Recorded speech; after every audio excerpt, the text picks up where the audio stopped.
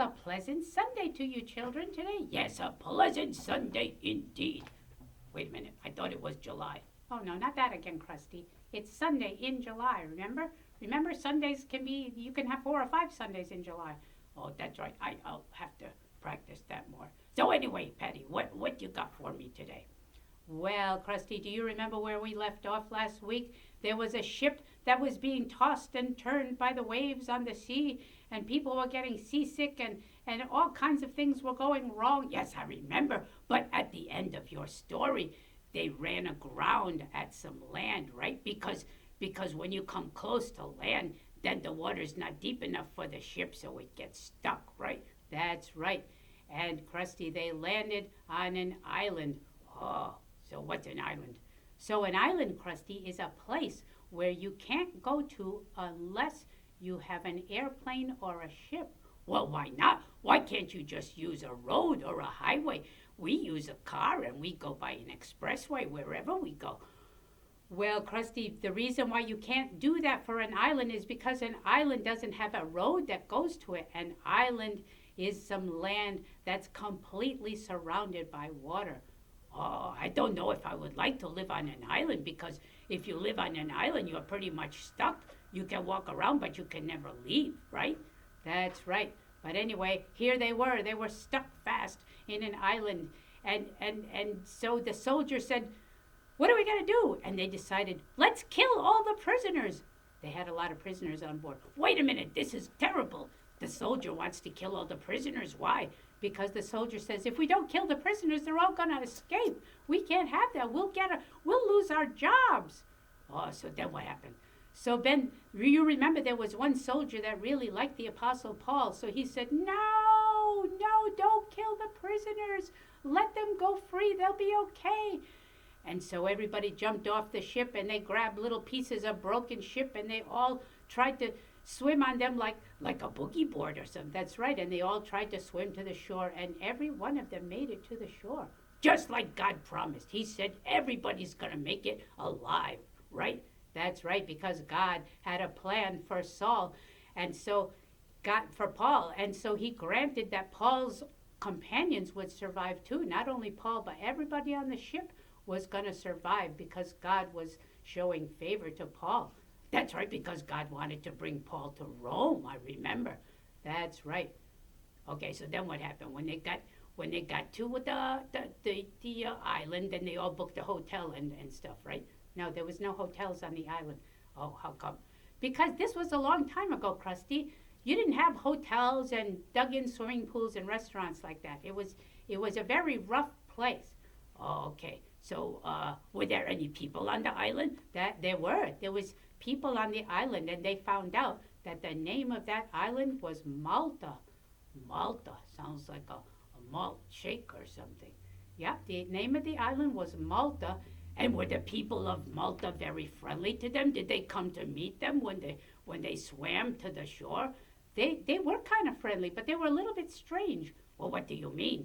Well, for instance, it was raining and cold, so all the people from the ship and all the people who lived on Malta got together, and they picked up sticks on the ground, and they made a big fire.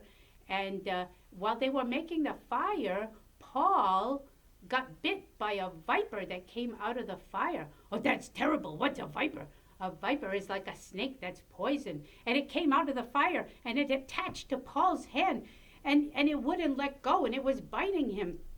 And there's poison inside of that kind of snake. Oh, no, so Paul died. He didn't make it to Rome? No, he didn't die, but all the people of the island, they knew about vipers, how dangerous they were. So they looked at Paul, and they said, that man must be a murderer. He must be a bad guy. And even though he escaped the ship, the gods are not letting him live, and he's going to die. But he didn't die, right? That's right, but they kept watching him with a jaundiced eye. For the next 10 minutes or half hour, they looked at Paul. And Paul shook off the viper from his hand into the fire, and he just kept walking around like normal. And they said, wow, he's not dying. He's not getting sick even. And then they changed their minds, and they said, he's a god, he's a god, he's a god. Let's all worship him. Wait a minute. These people are a little bit loco. First they say he's a bad guy and he's going to die. And now they say they changed their mind and they say he's a God. That's right. That's why these people needed to hear about Jesus, because they had a lot of strange ideas and they need to know about a wonderful God in heaven who loves people and who doesn't play dirty tricks on people. Okay, so did anything happen after that? Well, then there was an important man on the island and his name was Publius. Oh, he's the one who lived in the hotel, right? And had maids and stuff like that. No, there was no hotels, Krusty. He lived in a little house, probably made out of wood, and Paul found out that his father was sick.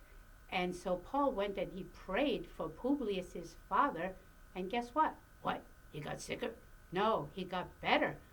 Suddenly he got better. And then when all the people saw that Publius's father got better from his sickness, then they all went home and they got all their sick people and they brought their sick people to Paul too.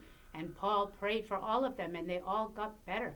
Oh, so this was good because God was showing the people that he has power not only to save them by making them by forgiving their sins and letting them go to heaven, but God also is able to heal their bodies. That's right. So God did miracles through Paul, and so the people believed, and a lot of people became Christians on that island. And if the ship had not had an accident, and if the ship had not run aground at Malta, then these people wouldn't have heard about the gospel, right? That's right. So you see, Krusty, how God does all kinds of things. When things seem to be going bad, God has a plan, so we can always trust God. Even when our plans don't go the way we want, we should say to ourselves, well, I wonder what God is up to. He's going to do something special, right? That's right. That's the spirit. That's the attitude, Krusty. Well, so that's all for today. And actually, that's the end of the book of Acts. Oh, so then Paul continues on his journey to Rome, and he ends up talking to the king, to the Caesar, and a lot of other people too, I bet, right? That's right. So ends the rollicking adventures of Paul the Apostle in the book of Acts. Is that the end of the Bible? Nope, we'll have other adventures later. But for now, I think that's enough for my little brain to handle. Besides, I'm kind of a busy man, so as always, we'll see you later, kids. I gotta go. Bye.